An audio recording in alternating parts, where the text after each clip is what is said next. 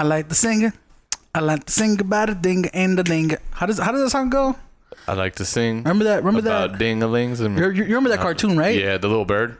And he's recording. Was it a bird or it was an owl?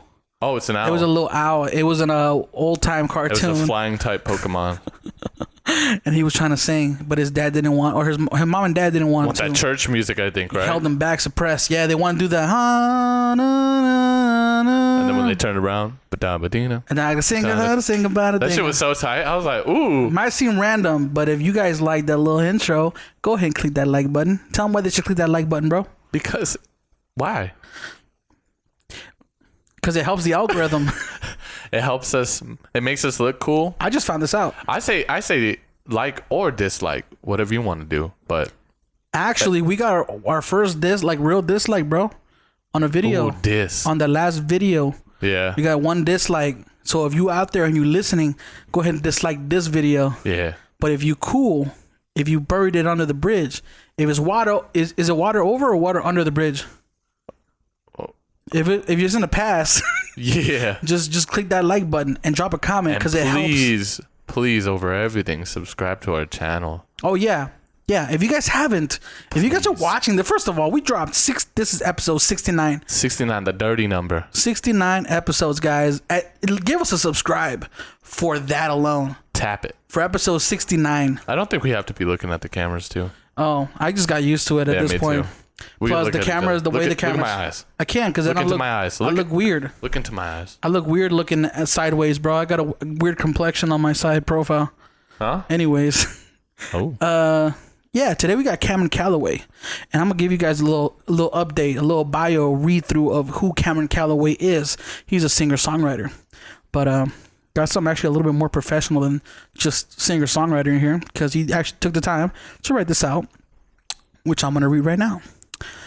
Cameron Calloway has a voice that is reminiscent of the Motown era, sprinkled in with buttery falsettos from legendary soul legends like Al Green and Curtis Mayfield. Who's Curtis Mayfield? I don't know what that is.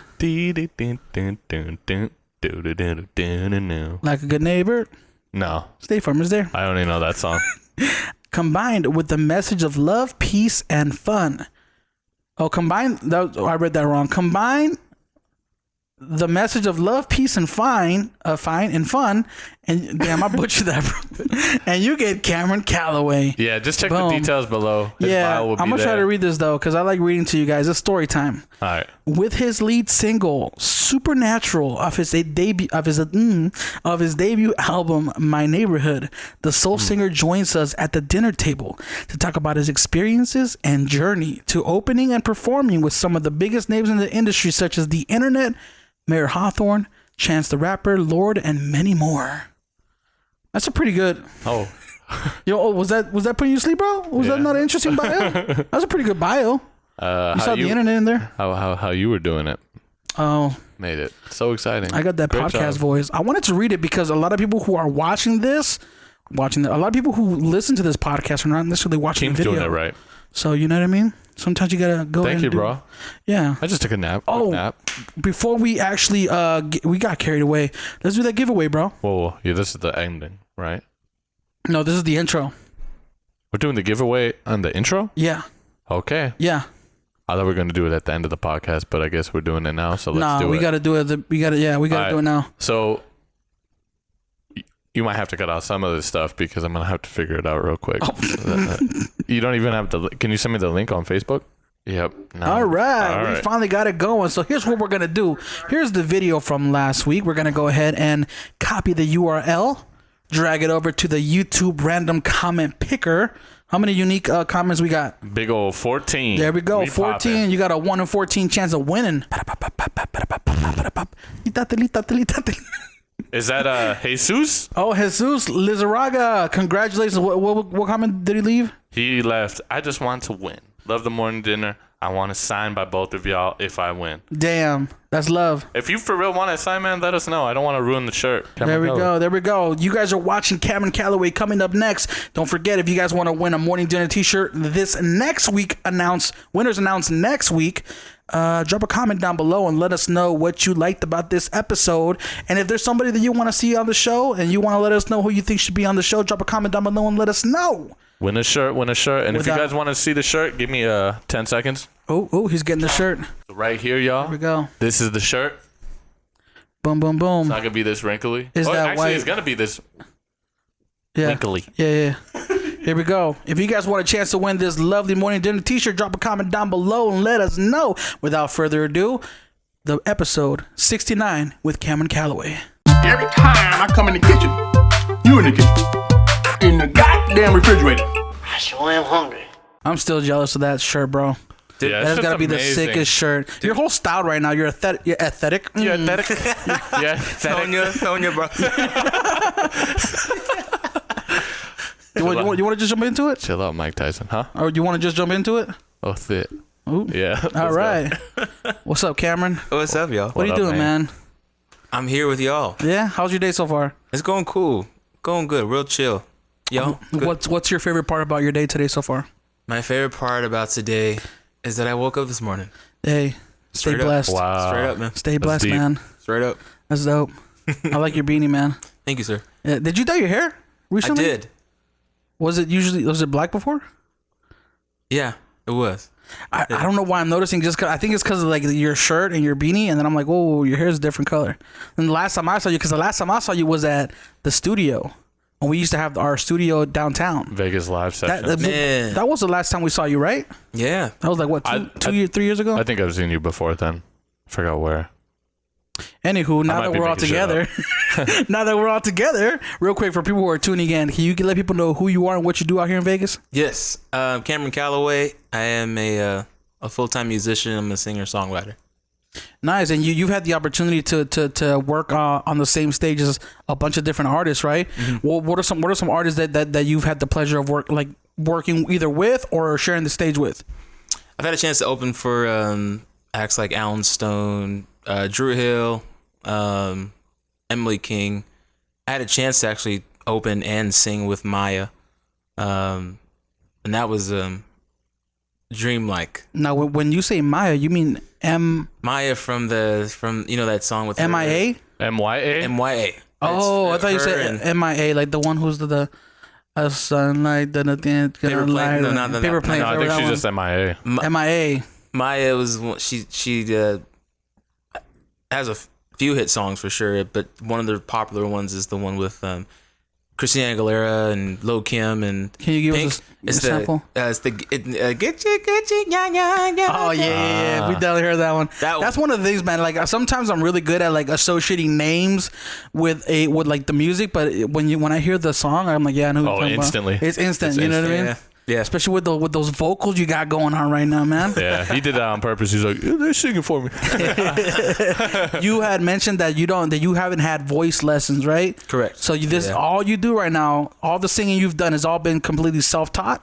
Yes. Now, did you like train yourself, or was that kind of like you watched a YouTube video kind of thing, and because I know like a lot of people learn on YouTube, and we learn how to do video and photo on YouTube. Yeah. Well, man, it's just training myself to sound how I would, some of my favorite singers. A lot of my favorite singers are like the old school Motown, Aretha Franklin, Al Green, Donny Hathaway. Ooh, those are my favorite, like the classic soul singers are my favorites. So I just like listened to how they would, Marvin Gaye, how they would approach songs or what they would do with their voice, and I just try to like emulate that, in my voice. So it's taken a long time to get there, and I'm still working on it too. So I've noticed something about singers, and I've noticed that whenever you hear a singer that sticks, they always have a certain tang. I was gonna say twang. Like they have a certain like how do you say, remember like Tang, the orange juice? Yeah, bro, I grew up with that. So good. That was my favorite thing. But I couldn't afford it, so we got Tampico.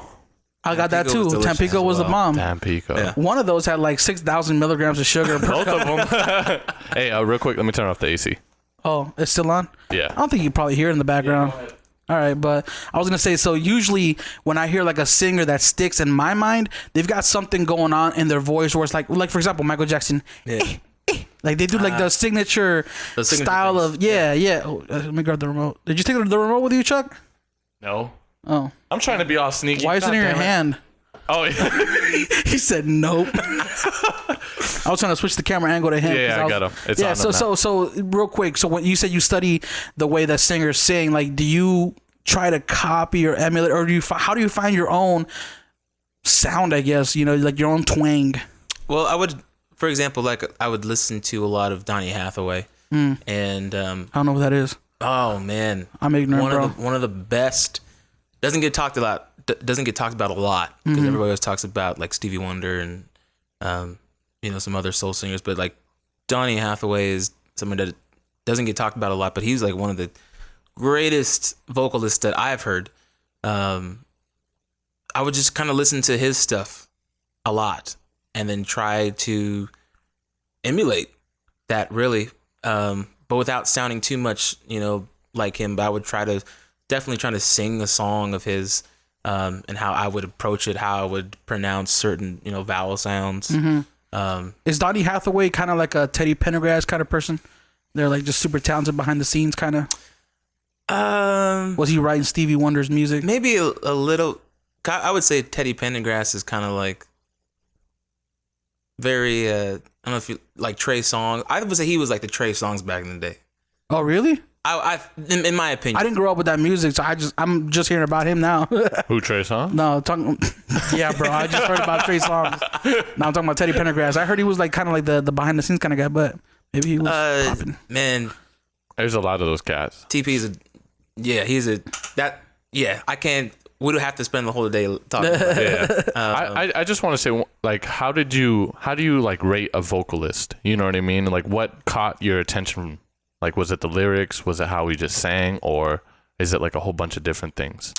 I think for me, in my world, I appreciate vocalists that could kind of do it all. And when I say do it all, I mean be able to maybe have a high falsetto, but also kind of be heavy at certain points in the song, or just have a very soft approach. So you don't think that an artist should always be the exact same style throughout their career? They should switch it up every now and then.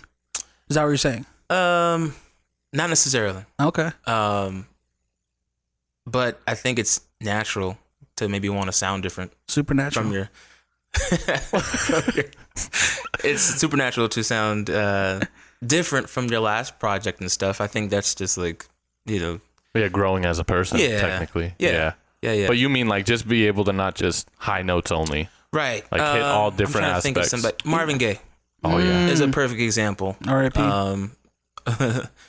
Marvin Gaye for me is like complete singer. Let's Get It On, classic song. If you just listen to what he's doing throughout everything, he's very, very soft with it, very sensual. Then brings it in, but then also you bring it in, and then maybe hit some high notes too. Like It's the artistry of it. Yeah, man. I don't know. It's like watching a chef being able to cook different styles of food, perfectly. You got to be able to cook Mexican food. You got to be Mediterranean. You got to get down south. Yeah. Right. I feel that, bro. Even making a good pizza too. Yeah. I don't think you can mess up a pizza, to be honest. I've had some bad pizza.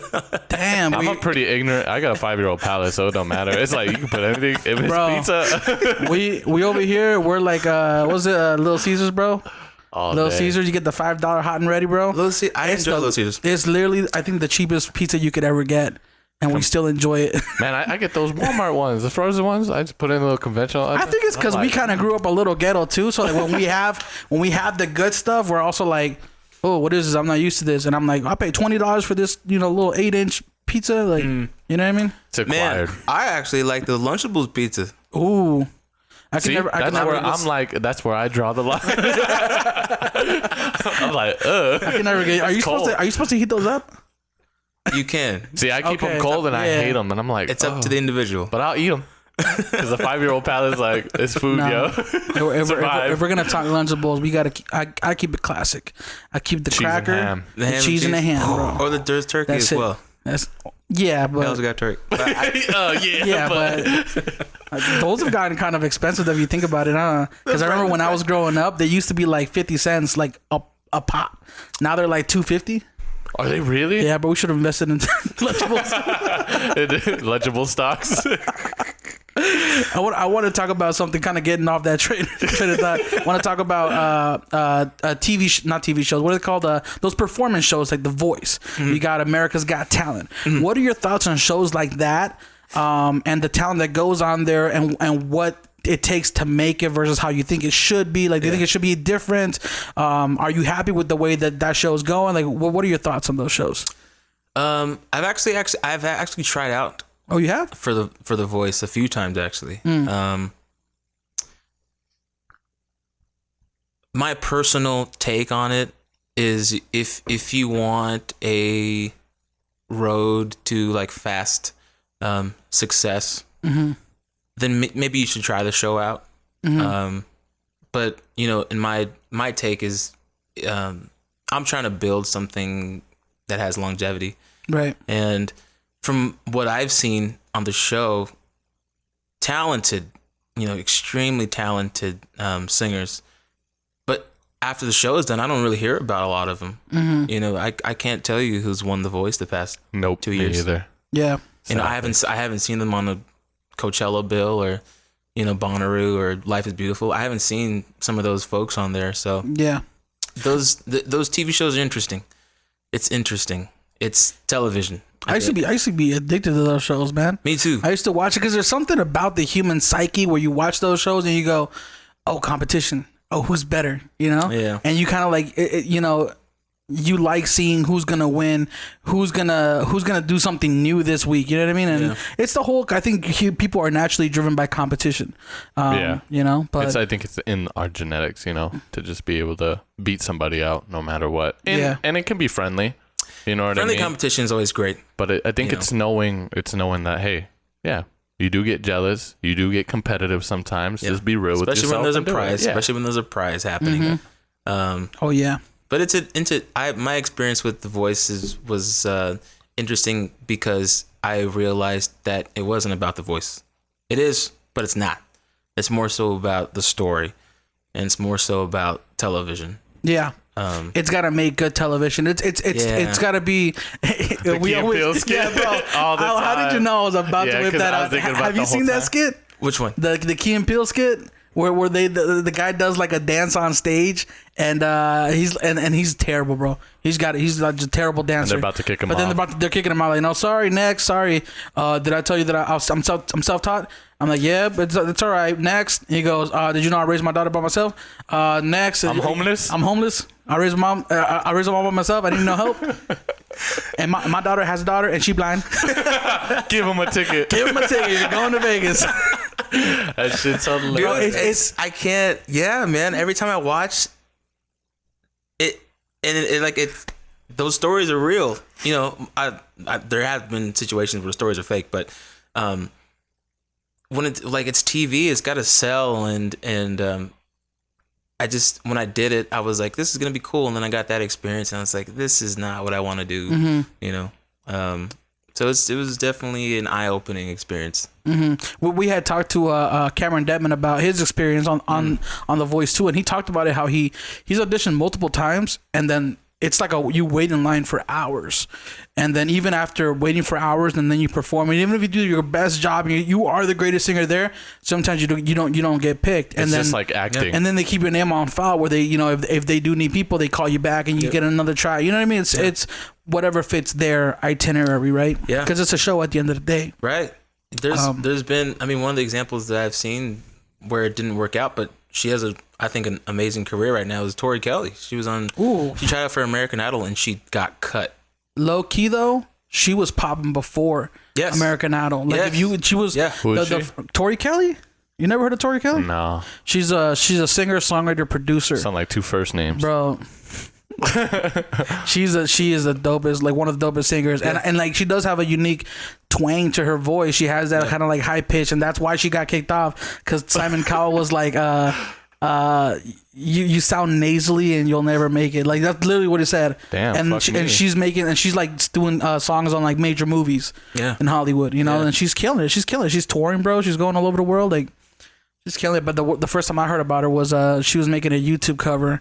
Not a YouTube cover. She was producing a beat online on her YouTube channel. This was back in like 2012. Way back in the day. Little did I know. When YouTube was kind of like, I mean, it still is a thing, but I feel like YouTube a few years ago was like, you had to upload stuff. Yeah, this was like the time to upload it. Yeah, man, Tori Kelly is a great example of like how sometimes those kind of things don't work out. Yeah, you know, phenomenal voice. Do you ever think about uploading videos to your channel, like covers and stuff like that, or how do you feel about covers? You know, for a long time, I was a little against it, only because I didn't want to be perceived as a cover artist. And, you know, being here in Vegas, you know, most of the work out here is cover stuff on the Strip. Yeah. You know, if you could sing for a few hours, 3-4 hours, play some cover songs. So my approach to like the cover thing was negative, and it took some time to kind of deal with that. I'm at a point now where I see covers as a great opportunity to connect with with generations, to be very honest, you know, because I play a bunch of covers on the Strip, and I play stuff from Jason Mraz to Michael Jackson to Frank Sinatra to Stevie Wonder to John Denver, but I'm able to connect with different ages and different races too. So my perspective has changed on that as of today, like just to be able to use that song as a platform to connect. Yeah, you know? I remember when YouTube was in its early stages, like one of my favorite things about looking at, because I can't sing, bro, I'm not a singer, but I like watching other people sing. And when I would go on YouTube, and even if it's like a crappy cell phone recording, bro, like I remember being hooked on people's journeys and seeing them upload every week, and that got me to like an artist to the point where they would have original music. Then I started going, oh, what else are they doing? You know, does their own music rival the covers they've been doing? You know, and that's when you really get to find out about that artist, right? I think you should definitely make that like a thing. I'm trying to, I'm trying to. And people always say that it's like a limiting thing when they don't have like a production team to make all these videos. But I always say, like, set up a little camera, man, in the corner. Like, of course, the most important thing is audio, right? As I'm sure you know, right? You can have crappy video, but if your audio sounds good, like you're good, right? Yeah. I don't know if you knew that. Have you ever tried watching a movie with bad sound? There's no such thing. Yeah. Right. I haven't done it. But you can watch a movie like Blair Witch Project, who has crappy video, shaky camera, almost never in focus, like it's all over the place, but the audio's there, so it keeps you intrigued, right? Yep. Mm-hmm. Yeah. Unless you're a lo-fi artist, then you can get away with that. Hey, and then people like that too, man. I love lo-fi. Can you explain to me what lo-fi is again? Lo-fi to me is when you just basically take out the highs and it just sounds like muddy, like super muddy. But I like it for some reason. I'm like, ooh, this is raw. But they literally just take the frequency on the right side and they just shrink it. Yeah. And I don't know. I think it has like an aesthetic that I'm just like, oh, this is cool. I couldn't do it all day because I'm like, okay, I need a little clarity. I need to hear the track. Just sounds like somebody put a mitten over the and like you speaker. Said, with like the video doesn't have to be super high quality, because there was a video I think a couple years ago when Tennessee Whiskey came out from Chris Stapleton. There was a cover. I think it was just this daughter and her dad just recorded on her phone, but the dad like killed it. Yep. Covered that song like stupendously. Right. And it blew up, but it was just on a cell phone. Yeah, I think that the wow factor of it surprising you, and then also the fact like consistency is our thing. Like if you can stay consistent, it doesn't matter what your qualities look like. If I know that you're constantly putting things out, it's almost like a mentality, like a psychological thing where it's like, you know, why am I gonna listen to if you're gonna stop putting things out for 2-3 years? If you're gonna listen to somebody, you want to know that they're gonna continuously, like, you know. And I know you're killing it. I know you're constantly doing shows. I know you're always making music. But like seeing that constant upload of YouTube kind of gets you into that world, man. Right. So if you start doing it, consistency is key, right? I'm telling you, man. And for the life. Yeah. for life. And one thing, do you still send in like demos to labels or anything? Do you like mess with that? No, haven't tried it. I haven't tried it. I'm just talking to a lot of just like musician friends. Like the music business is, constantly changing to the point where like now you kind of really don't need a label. It's nice to have that backing, of course, and support. But if you're able to, it's a lot of work for sure. But if you're able to just kind of hone in and build your audience and find a way to do it on your own, like I don't think record labels are needed at this time. What about more of like, because like when I speak about record labels, I'm more of like the indie ones, like a Car Park or I don't want to say like a Mellow Music Group or any of those. Like they're small, you know what I mean? Yeah. And it's almost like a collective. How's that label that Breakbot's on? Huh? That label that Breakbot's on. That's a pretty big label. Oh, is it? But at the same time, it's pretty small too. Ed Bangers. Yeah, Ed Banger. Ed Hardy. Yeah, some pretty amazing people. Sorry, I don't know anything about anything. But yeah, like if you get something like on one of those records, like one of Tori Moore's labels, or I'm not sure like exact names right now, but I know I follow a lot. There's a lot. I know there's like a Dave Matthews. He has his own label, and it's like ATO. Like, would you be cool with those? I'd be open to it for sure. Yeah. Non-exclusive, of course. I'd be open to it. Also, just knowing like, hey man, you got one life. It's not gonna come back. I'll do it next life. The next life I get, I'll sign to a label. See what happens. Yeah. So I want to get back to the growing up in your life. What was it? What was a turning point that made you decide that you wanted to become an artist? That was a career that you wanted to pursue. I know it's a loaded question, but I don't know if there's like a point. Well, after high school was done, I was trying to figure out what I wanted to do. My mom is Filipino, and so there's this thing in the Filipino culture to go into nursing. Yeah. And Hispanics too, bro. They just become art. They just become nurses. And that's cool if you want to do it. Either nurses or like ultrasound. Yeah. That's like the thing. Yeah. Or I didn't want to do that. It wasn't something that I was passionate about. So I spent a few years trying to figure out what I wanted to do, and I always kind of sang to myself. And I was able to get my hands on a guitar before I made the decision to do music. And I was like, well, I want to be able to do something that I enjoy at the end of the day, and not just do it because the money is nice. I want to be able to be happy. Yep. I want to be happy with what I'm doing. And so like 2015 kind of came about, and I was working at this chocolate store, the Rocky Mountain Chocolate Factory at the Orleans Hotel. Damn, that sounds bomb. It was dope. It was a cool job, when I had it. And summer of 2015 came around, and I was just I took the jump, I took the leap. I actually, at that time too, I read The Alchemist. I don't know if you've I've heard of that book. I don't know what it's about, but everyone keeps talking about it. Very inspiring book. And it's not like a pyramid scheme book, is it? Is it about mental alchemy? Essentially it's the message in this book is when you decide, if you believe in something and you decide to take on whatever it is you're going to take on, the world will conspire to be in your favor. Oh, it's like The Secret on Netflix. Oh, okay. I thought I was thinking about Full Metal Alchemist. It's the law of attraction, essentially, right? Yeah. Yeah. So 2015 came in, and I was like, I'm gonna quit my job and do it because I enjoy it. Damn, that's a leap. I enjoy it. It was the love for it. But at this point, you didn't have like a whole gig lined up. You didn't have an album that you were working on. You were just like, this is what I want to do. No. Dang. That's brave. Yeah, that's brave, bro. There's a lot of people who know exactly what they want to do. I plan my shit and out. they're like, you know what? I still need that paycheck every week. I saved up for like maybe like 2-3 months. Yeah. And I was like, I'm just going to try it out. Gives you a little wiggle room. I'm just going to try it out for 2-3. If it doesn't work, I'll go back to work. Yeah. Go back to chocolates. I haven't been back to work since, man. Thanks since 2015. I quit, and immediately gigs opened up. Ooh. So it was like the book. Things started to kind of line up. Yeah. I quit my job, and then you're also very talented, so maybe that helped too. Even at the time, I didn't really have much online. Yeah. Oh, really? Yeah. That is crazy. That's I had wild. a few videos. Yeah. Open mics. So I was doing open mics every week at the time. So yeah, I quit the job, and then I got some gig offers in different casinos around town. Like just randomly, or were you hitting people up, or randomly? Yeah. Whoa, Now that's crazy. here's my question: were your family and friends that were surrounding you, were they kind of like telling you, "Oh yeah, you should think about quitting and pursuing this full time"? Mom and dad said, "Don't fucking do it." Really, your own parents? Dang. But what about your friends? Did you have like a group of friends that were like your support group that were like, "Oh yeah, you would kill it"?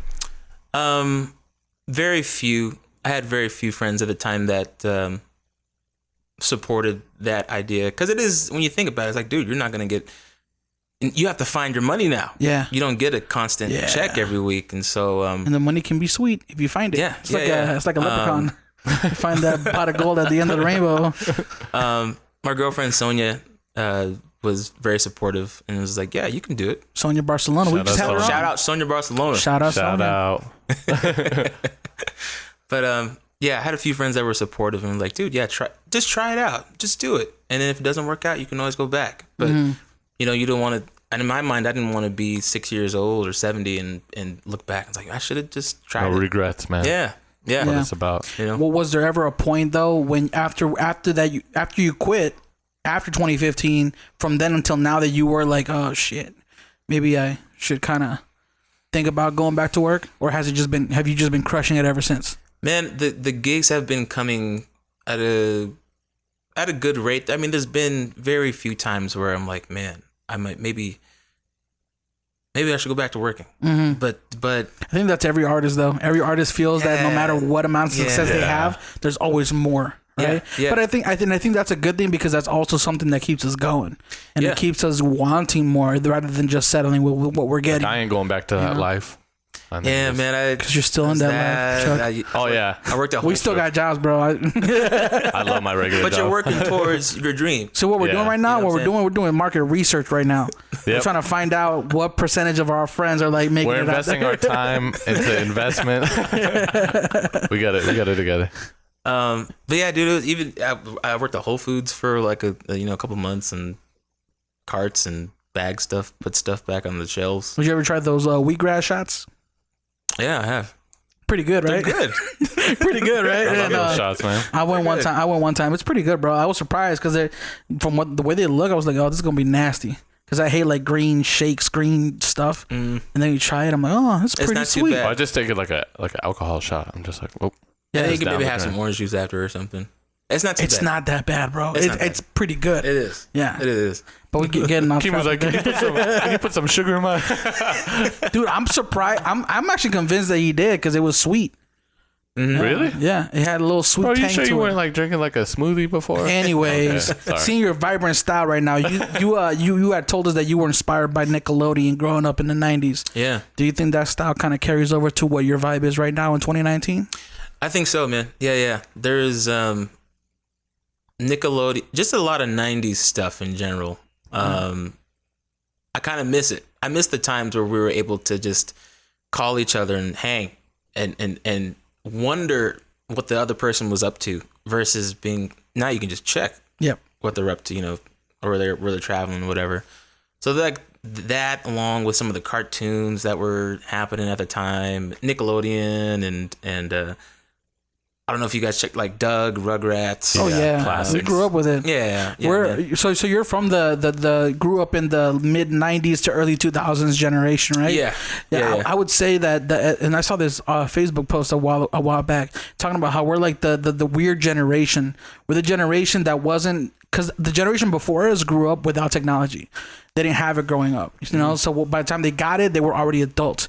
But then the generation after us grew up completely engulfed with it. We grew up in an age when we grew up outside playing. We didn't have social media. We didn't have phones. But then in our second part of our life growing up, it was kind of thrown onto us, Yeah. So we kind of got the best of both worlds.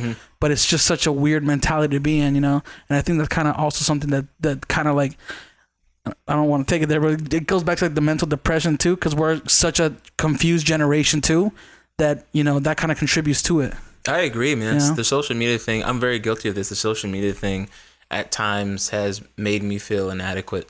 Oh, like you're not good 100%. enough. Yeah, not good enough. It makes me feel like I'm not doing enough. Oh yeah. Because you see people, and no matter what, as much as you can be like, oh, this doesn't bother me, Subconsciously, it's like, it does. oh fuck, this fool's traveling and doing shit, and it's like, but you don't know his life. You don't know if he's happy. You don't know shit. Right. You don't know shit. We're all going through certain battles, and we're not.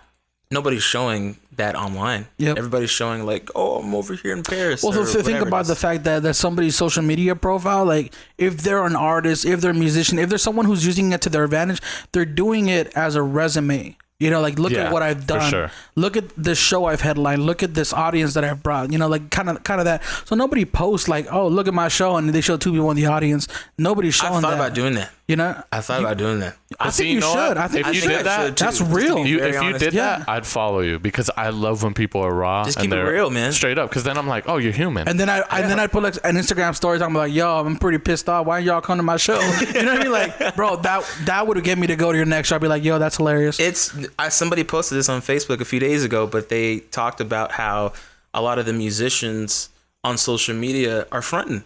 Like when they talk about, oh man, last night was epic. I was like, was it really epic? Because there was like 10 people that came to the show, you know. And I've had shows where it's like it's not, you know, maybe not the best turnout. I appreciate everybody that does come out. Yeah. But you know, it's not super jam packed, you know. And yeah, you got to be careful. I'll always say this is just somebody was telling me at the Hunterage they seen Jay-Z, and he's like, there was literally 10 people in the fucking crowd. This is back in the day. In the 90s. Yeah, and he was the like, Hunterage on Charleston. Hunterage, yeah, he's Charleston like, yeah, dude, Nellis? Jay-Z came here, and he's like, there was like 10 people in the crowd. I said Charleston and Nellis. So just remember that. Yeah, Charleston and Las Vegas Boulevard. Hunterage. I think it's Hunterage and Charleston, isn't it? Isn't it on Hunterage? It's that big white building, right? Yeah, yeah. The one they try to rebuild. Maryland they Parkway. try to redo. Maryland Parkway Maryland and Parkway. Charleston. Yep. That's what I'm thinking about. Is it? I got fixated on that, bro. I don't know why I'd be getting fixated on like the most like insignificant things. Like when I was talking about your hair, and I was like, Flamingo and Koval. you change your hair?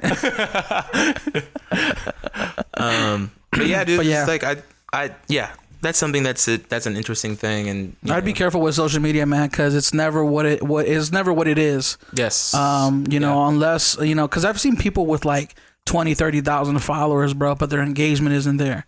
Right, engagement. Then you know somebody. Then you know they're fake. Right, or they're not bringing people to their shows. You know, or they're not turning out. Who was that one? That one girl. She was on social media. She had like 2 million followers, bro, and she couldn't sell.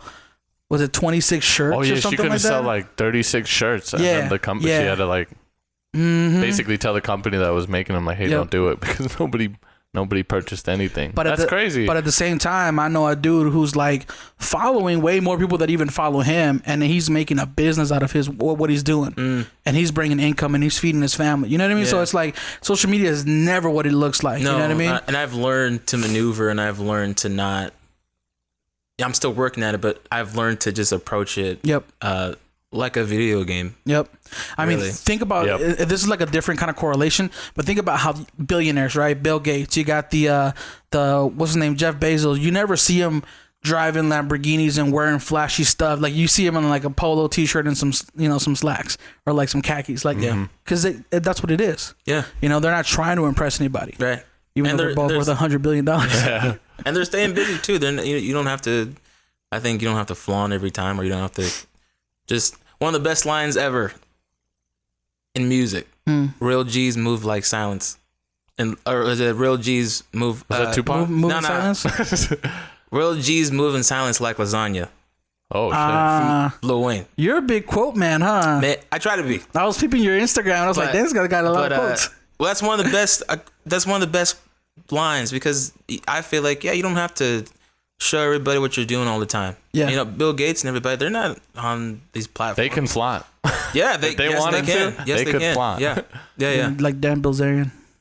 He flaunts every day. That's just. But You ever heard of Dan Bilzerian? It's No, that whole thing. I think it's just like it's a marketing thing. It's Yep. it's to itself. It's its own little world. You know what I mean? It's like shock value or anything. Yeah. And I don't know if it's because I'm also getting older, like because I'm 28 now, and like the me wanting to share stuff on social media has like gone down a lot versus when I was like 21, 22, right? Yes. Like bro, when I was like when I was 21, 22, I gathered like 35,000 tweets on Twitter, bro, and then I went from like ages 24 to 27, not a single tweet. Yeah. Yeah. You know what I mean? Yeah. I think you So grow. it's kind of like you start thinking about like, oh, is this worth sharing? like what is this doing and what is really happening here, right? Yeah. And it's one of those things where I'm also like trying to find some distance between me and my phone, right? Yes, because we're always taking it out and Man, record. Sometimes I pause and I ask myself, do I What really? are you doing? Do I really want to show you that I'm eating ice cream right now? yeah. I do. I catch myself. Take the photo. And I still do it. I'm still guilty of it. It's like, but I ask myself that question. It's like, I'm gonna eat a sandwich right now, but do I have to show everybody that I'm eating the sandwich? Yeah. You know what I mean? Yeah. It's I don't know, man. Social media there's pros and cons for sure. Yeah, There's for pros sure. and cons for sure. Are these kind of conversations that you end up having with your girlfriend Sonia in the household? You guys are kind of like. I have this conversation with Sonia, my friend Jessica Manalo, Rasar from the league, like everybody that does music, or even just you have to be on it to promote whatever you're doing. I've had this conversation with a lot of people, and everybody has mixed feelings about it, you know, for sure. But like the general consensus is that sometimes it can get into your mind and mess with you in a negative way. Mm. How is that dynamic of you and your partner also both creating music, and I would say music that is not necessarily even in like the same genre or the same kind of like, you know, style? What is that dynamic like? Do you guys bump heads? Do you guys go like? No, we don't. You guys try to mess with each other's songs? We actually listen to a lot of the same music. Oh, you do? Yeah. You guys draw from like the same inspirations? Like here and there, not too much, but although I do make R&B and soul music, I listen to a lot of different styles of music, and I enjoy listening to a bunch of stuff. I just don't listen to R&B all the time. Sometimes I'll have, I don't know, you go through my playlist, and I'm probably got something playing from Godsmack or something from Rage Against the Machine, or Nat King Cole or Frank Sinatra, or it's or even just music scores, Just too. keeping it fresh, movie keeping it scores, different. movie Yeah. scores too. Do you ever listen to Korean R&B? Like it's kind of like K-pop, but it's not I K-pop. haven't. I man, haven't. you can- Not Put too you much. on. That shit's so Not dope. too much. Yeah, gotta put you on, man. And some Okay. of my favorite artists, I don't even know what they're saying, but I when can you, sing the songs too. I'm like, ooh. yeah. Chuck and I have listened to what's like that guy's Zion name? T, Zion Crush. T. and Oh, I Crush. have heard Yeah, of those this. Yeah. fools are tough. Because one of the guys from Blackstreet actually moved out there, and he basically manages all the R&B upcoming Korean guys. It's pretty amazing. I was like, Really? oh damn, I forgot which one, but Zion T was talking about it. That's That's another realm too. yes. That we always talk about is like getting big in a different country. Yes. You know what I mean? Yeah, that's when I'm out here in the casinos playing these gigs, the people that come up to me and treat me like a superstar are not from here. Foreigners. Yeah, they're so juiced Yeah, and they're so engaging and they're focused on you. Here in the U.S., we have a different approach to music. I don't know. It's a little. Is it because we're not like it's just all here and it's so much bubble gum? You know what I mean? It's so much shit you chew on and spit out so fast. Like you just everything's Yeah. kind of like, because I swear, like we always come back to this topic, but people in other cultures, and all the way just to Mexico, right down south, you know what I mean? Is like they really respect the music. They take, but I also think it's because in their culture, they're more family oriented. They hold culture more dear into their lives than kind of Americans. Not saying Americans are bad. I love America. Yeah. But it's like we kind of do have such a big melting pot, and you don't really hold things near and dear to you. Yeah. As I much think as it's other also cultures. because we're living in America. We're also very spoiled when it comes Very to music. spoiled. Yeah, you know, we are. like oh, you want to go see your favorite artist? They're here next month. You know, especially in Vegas, whatever artist is your favorite artist, guarantee they're doing a show in your city. You know what I mean? Yeah. Dallas, Texas. You're talking about Anaheim or LA. There's always the big artist playing. But That's when you true. go to a show that's far away, maybe they don't come around as often. So Yeah. when they come to your town, you're like, oh crap. I was listening to this comedian. Was it Bobby Lee? Bobby Lee was saying that he does a show when he does a show in Houston, Texas, versus when he does it like in a town like Louisiana or something. no, like that. like still in Texas, but like a couple of like miles away. The amount of appreciation that they come for their comedy, like because the big cities, They don't give a fuck. they don't really care that much. But when you go to the small cities, like wow, because They're that's like, all they have. I want to maybe. stay after the show and talk to you. You know what I mean? Like, so yeah, it's definitely true. It's That's definitely kind crazy. of like a, I forgot where I was going with that. I know we went No, I know what you to mean. bring it back to your the dynamic between me and Sonia. It's like we feed off each other. We give each other critiques. And if we need some help with writing and stuff, then we'll kind of like, oh, you may do this and do that. But like it's fun having a partner also doing music, because we both understand what it's going to take and what it takes to be successful in it. Yeah. So you guys know how to fill in for each other when you're down or you can't figure something out. A little bit of that, yeah. I was gonna say, when are you gonna do a dual project? Ooh. We haven't, that's the one thing we haven't been able to do yet. It's just like sit down and write together. That'd be so but tight. it's on the horizon. Ooh, that's the name of the song title right there, man. That's the EP On the album, Horizon. On the Horizon. If you guys do a song, we're gonna play this clip to it. It's gonna be the intro to that song. I was gonna say, because I was wondering, like, when creatives get together, like, what's that dynamic like? Is there a competition thing? Is it kind of like do you guys lift each other up? So that's something that, because I've never even like dated like a creative, so that's kind of something that's just been in the back of my mind. You ever gone out with like a photographer? Nope. All right, that wraps that up.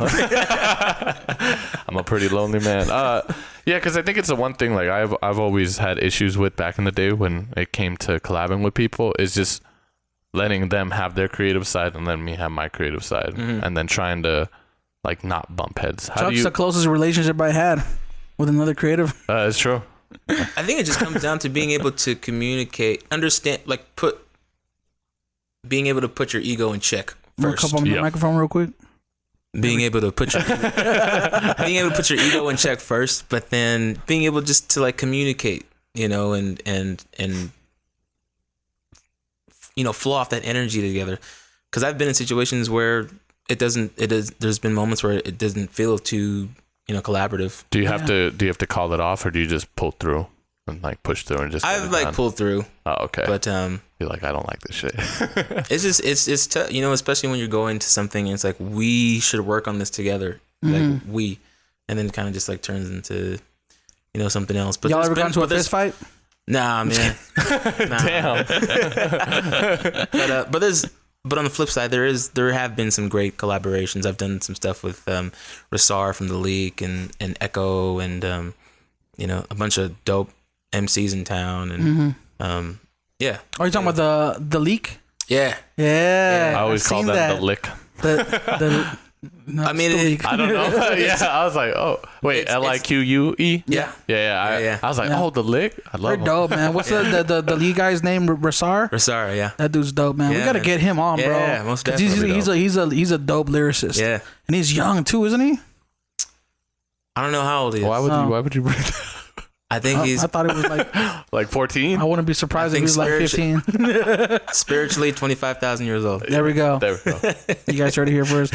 I want to kind of hit a topic of in your music career. Yeah. What have you found has been like, how much time do you spend on the marketing, the business side of things versus the actual creating, the actual playing music? Because I know, like, when it comes to like running a photography business or a video business, like most of your time is spent looking for clients or looking for gigs or invoicing or figuring out like taxes and all that stuff, right? And then the actual work of shooting and editing is like 15%. Is that the same kind of like? It's the same thing. Same thing. It's the same thing, dude. Trying to wear a bunch of hats and trying to learn, the business part, the marketing, how to be, engaging on social media, how to, taxes and all that stuff and contracts and then you do all that stuff and then you have to still create stuff too. So, I would say it's kind of the same, kind of about half and half, for sure. Damn. What's been the dopest experience that you've had as an artist? Like, what have you had any moments where either maybe it's performing on stage with somebody, maybe it's somebody coming up to you and saying like, yo, dude, your voice is crazy. Like, has there been a moment yet that has touched you more than others? There's a few, but the first thing that comes to mind was playing Life is Beautiful. Ooh. That was Which year did you play? I played 2017. Dope. Yeah. The year Bitcoin hit its all-time high. Sorry, you talk about 2017. That's all I'm going to talk about, bro. That's all that happened. It's getting close again. But that's so dope. Life is Beautiful was the thing for me because it was a realization that like I was like maybe I could really do this and to be able to play my original music on that platform for people was something special. Have you found like the audience at a concert like Life is Beautiful versus playing like a regular show? Is there like a big difference in the amount of energy and the amount of love you get, or is it kind of the same? I say the energy is a little bit of the same. I think the only difference is that for the festival, you're getting people from all over, the U.S. Yeah. Coming to Vegas. Yeah. So I would say that's like the main difference between those. You have a website, right? Cameron Calloway. I do. Is it CameronCalloway.com? CameronCalloway.com. And you have all your music on there? Music, Spotify, YouTube, your tour and everything. Bio, like that? Tour dates. What about merch? You got merch, bro? You know what? I'm working on some new designs. You should, man. Yeah, I think one of the things that people really dig about artists, or even if you're a brand, like I said, I love your style right now, man. The beanie, the shirt, like the colors, it kind of matches your personality too. So it's like if you had merch, people can buy your merch and then get more attached to it. Yeah, I've had merch. I just at the moment. I'm back at the drawing board, trying to figure out what I could do differently, or just some new design ideas. Yeah, that design is a trippy thing, man. Because the design can be everything, right? Because you don't want to just have like Cameron Calloway. I mean, you could just have your name on there, right? Yeah. But like, there's this podcast H3H3 that we listen to, and they had a shirt. It was like a tie dye with like 2 skulls on it. Like it was like a really dope design. It was very dope, but it was like $50. And then I was like, huh. He bought it. That design is dope, though. Did you buy it? I ended up buying it anyways. Hey. Only because they had my size. I was like, well, okay. Because there's not a lot of people that carry 3X. But I was like, yeah. I mean, I do it. Scooped it up. If an artist has like a vinyl, and I know that vinyl's like, oh, okay, it's like a little rare, and it's something dope. Because I like vinyls. I'm like, I'm going to purchase it. Right. Because I have love for this artist, and I want to support him the best way I can. Right. But a shirt for sure. It's so dope when artists have dope ass shirts. And it has to be appealing too. Yeah. Because if I saw a shirt with the name, do you know the artist? I mean, if it's a cool little logo with your name, if it's a cool logo tight. with the name, But if it's just your name, yeah. Do you know the artist JMSN? Jameson. Oh, Jameson. Yeah. JMSN. Well, I don't know if it. I think it's Jameson. But if you look at his brand, it's so dope, bro. Because he does songs about drinking, but he has shot glasses on his website. His merch, and then like his whole product lineup just matches that style that he smells like alcohol. Yeah. All his clothes look like something you smoking. But yeah, I'm just saying like that. That's where I was going. And this is where maybe I could throw in the Nickelodeon thing, bro. I'm telling you, man. That I think it was your logo that I looked at. Was it kind of like your logo is like a very like? Does it have your face on sketch? It? Yeah, it's like a sketch, right? Sonia drew that sketch. Ooh, shout out to Sonia. Shout out to Sonia. She's straight up killing it, dude. I came out of practice one day, and she's like, "Look what I drew." And I was like, That's really cool. Yeah. I think I want to use that as a logo. Yeah. And so I use it as a logo, and did she pull one on you and be like, it's $50? She said it was $75. You just see an invoice in your email. She goes, here you go. Wake up to an invoice. Why the fuck do I have an invoice? Oh man, I was gonna ask, how do your parents feel about your music? Like, do they rock with your music? Do they support your decision to become a musician as a career? They still want you to be or are they a nurse. still trying to have you become a nurse at one point? A musician nurse. It's I don't know. To be honest, like I would love to have their full support. I think sometimes I don't feel that. That's parents. They're just being parents. Yeah. Just understanding that just being parents. What was it? We're listening with JK. Was it JK? Bart always talk. Do you know who JK Films is? No. JK Films, they're a YouTube channel, and they do a lot of vlogging. They do a lot of kind of like podcasting too, kind of like this. But they always talk about their story of their parents, like, because they do skits on YouTube and they do like funny videos on YouTube. But when they first did it for like the first 5-6 years, that's all it was funny videos. They got a couple thousand views and everything. But over time, they garnered so much attention to where now, like, dude, I'm pretty sure they're pulling they're seven in figures. They're 7 figures a month type of thing, bro. They're making, and their parents still are not supportive until they saw that money come in. And they're like, okay, it's a career, I guess. You know what I mean? And they'll still probably be like, you can still go to school. Yes, that's definitely. That's how my aunts are. I'm like, I'm doing great. And they're like, you can still go to school. And I'm like, wait, what? Like, it's because parents still see the whole thing. Well, what are you going to do when the internet goes out? Yes. You know, You can't sing forever. What are you gonna do when your voice stops working? Yeah, like what? what if somebody punches you in the throat? You stop singing. Jesus. Oh man. Yeah, man. Maybe they'll come on board sometime soon. But yeah, I think definitely the money thing. That's a thing, you know, for sure. Parents just want to see their kid. So going back, it's just like your parents, were they musical at all? Like, No. Or you just completely found music yourself? No. I found music That's myself. interesting. But I got some stories that my mom used to kind of play guitar in the Philippines, and she would sing to her class. But I didn't know that until like last year. Oh, damn. What? Yeah, she would like sing to her There might class. be a in the story blood. there. There might be a story there somewhere, man. Yeah. Have you seen Yeah. Coco? Oh yes, I have. Yeah, seen you Coco. seen it where they don't want to talk about the papa. They don't want to talk about the one who's a musician. It might be that kind of thing, man. Yeah, it's just Yeah. in the blood. You never Yeah, know. man. Yeah, I know my grandpa's a guitar player. He's been a music player his whole life. Never did it. I don't think he did it as a profession, but his whole life since, for the last 60, 70 years, he's played guitar. And he's really good. He plays that old style Mexican music, like the I don't know if you heard about it. It's called bolero. It's like where you It's heard my like favorite. It's like a trio type of music where you have a guitarist, you have a vocalist, you have maybe like a bass or Sounds like a band. yeah. It's a trio. Okay. It's really dope. Yeah, Okay. you gotta put you on, man. And what's the style called? It's called bolero. Bolero. Bolero. Bolero. Yeah, so anybody's tuning in, listening to you guys should open up Spotify Yeah. and look up bolero. Okay. Yeah. Okay. I'll put you on some artists Please later. I do. forgot their names because they're in Spanish. But one of the last questions I kind of had was, you write your own music, right? As Yes. well. Do you produce it? I don't produce it. Okay, but you still write it and you record it in. I write everything myself, and being able to jam with other musicians, they're able to help me out and kind of steer me in a direction.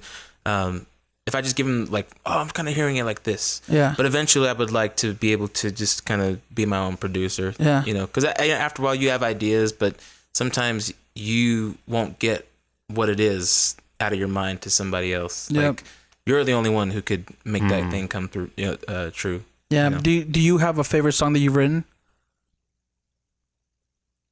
Here it comes. It's about to come out. Oh, snap. Probably Extraordinary. That's a great song. Yeah, Probably Extraordinary. really I good. sing that song on the way to work. Yeah. Now we know you're lying. I think your little sister sung it I had like this contest. Oh yeah. My little sister Jocelyn. She has a great voice, Yeah. man. She loves A your really music. She great loves voice. both of your music. The night that I met you guys downtown, I think it was Sonia might have given me a CD or Yeah, or definitely. something, and I gave it to my sister, and she's like, "Oh my god, I need to follow her on Instagram," and she's your guys' biggest fan. She has a lovely voice, man. I keep telling her all the time that you should really like pursue a career in it, because that's something that I know singing makes people happy. Yes. And when you have the ability to sing the way you do and you don't sound bad, like there's something there. You know what I mean? Yeah. So, but I think she's just more focused on she wants to become a psychologist, and she has her career things set up for herself. So I'm not trying to force anybody. My dad used to be the kind who always told me, like, you're a studio engineer, you record people, why don't you record your sister? And I did. I recorded her when she was 11, when she was 12. I think the last song we ever did, she was 12 or 13. It was like a cover of Payphone by Maroon 5, and she sounds great, but it's like I can't make her sing, force her to do it. You know what I mean? Like she has to be constantly bugging me, like, when are we gonna record? Can we do this? But if I don't see the initiative, why am I gonna try? Yeah. You know what I mean? Like that should come from you, because ultimately Right. it's gonna be your career. Right. Yeah. Absolutely right. Respect. Yeah. Man. Yeah. That sounds like a dope place to kind of end it. I think we're at the 45-hour mark. 45 hour. 45 minute to 1 hour mark. Real quick, for people who want to check you out, follow you on Instagram, Twitter, all that good stuff, where can they find you? They can find me at CameronCalloway.com. It's just CameronCalloway.com. And then they can find everything on there. But if they're on Instagram and they want to connect on Instagram and stay in touch, they can find me at Cameron.Calloway. There you go. And if do you think people should comment and like on this video? Absolutely, comment and like. Smash that like button. We're Hit gonna that mention. subscribe button. Smash the like button. We're Oh, gonna there we mention go. that. There you go. Ooh, hold on. Can Can we you get do that that soundbite one real quick? We're cutting that. It's just I found out recently that when people click like and they actually comment, it's almost like Instagram. It pushes you up in the algorithm, and when people search like podcasts or whatever, it's more likely to show up. Yeah, you know, it so it's helps, one of man. those. It helps. I don't know. We did the first 60-something And episodes, that's and the we morning never. dinner later, guys. We did the first 60-something episodes, bro. We never asked anybody. Yeah. I think the first 20 episodes, you didn't even introduce yourself. No, I wasn't even in the podcast. I was just, hey, and then that's it. But you learn. But we're you learn learning. as you go. You learn Exactly. as you go. Same. It's the same with everybody else, man. You learn as you go. Thank you for joining us, man. Man, thank y'all Thank for you so having me, much, man. man. Episode Appreciate y'all. 69 of the Morning Dinner Ooh. Podcast. Hey. Dirty little There you number. go. Real quick, thank you guys for watching, and we'll catch you guys in the next Morning Dinner. Every time I come in the kitchen, you in the kitchen. In the goddamn refrigerator. I sure am hungry. When you at your friend's house and your friend's a couple and they start arguing in front of you. When the parents start fighting. When you at your friend's house and the parents start fighting. Yo, thank you guys for watching all the way through that podcast episode with Cameron Calloway, or listened. If you listen, don't forget we're giving away another Morning Dinner t-shirt. All white, baby, and that's Bam, all son. right. If you guys want to son. win, we mentioned the details in the Bam. intro, but if you guys want to win this t-shirt, drop a comment down below and let us know for your chance to win. We'll announce the winners next week. Sorry it's overexposed. Yeah, it's just the camera settings. It looks good looks in amazing. person, and it's not wrinkled too. We gonna take care of you right there. But yeah, you guys want to catch our brand new episode next week? Drop a comment down below for a chance to win. Don't forget to like, comment, and subscribe. I'm wearing it. I feel like we don't ask for much. Yeah, we please subscribe, you We pieces don't of ask for shit. much. I don't. We don't ask for much, guys. Show us love. Let's bring the community out here. Show us love and get one of these shirts. Yeah, for your chance to win. Let us. Golly, we're gonna keep that intro. That outro. I love it all. Yeah, let's do it. Let's keep it. We'll see you guys next week. Oh, over here. Late. Love y'all. Peace.